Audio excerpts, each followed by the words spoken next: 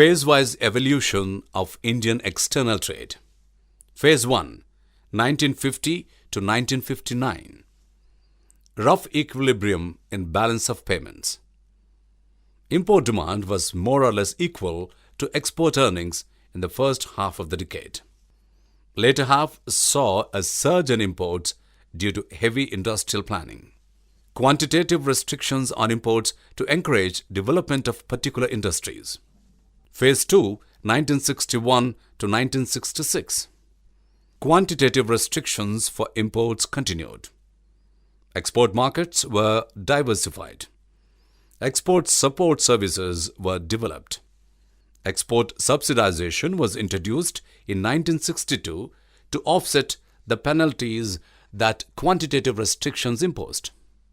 Phase 3, 1966 to 1968.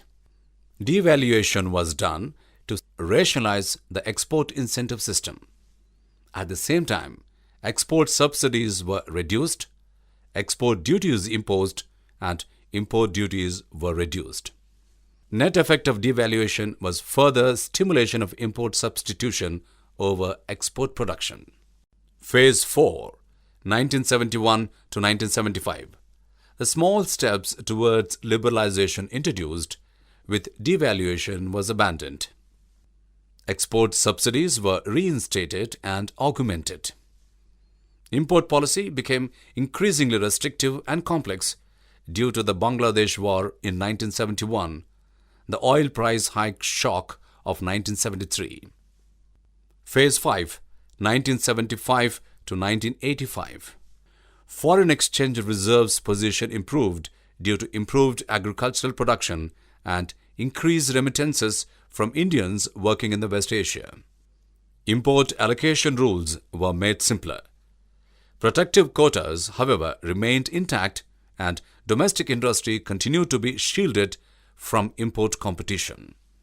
Phase 6, 1985 to 1991. New export-import policy announced for 3 years and another policy followed for 3 subsequent years from 1988 to 1991. The number of items in the category of Open General License (OGL) for capital goods imports increased from nil in 1975 to over 1,100 items in the 1988-1991 policy. Phase 7, 1991 to present. Radical changes introduced in EXIM policy. Gradual and steady curtailment of import tariffs and liberalization of quantitative restrictions.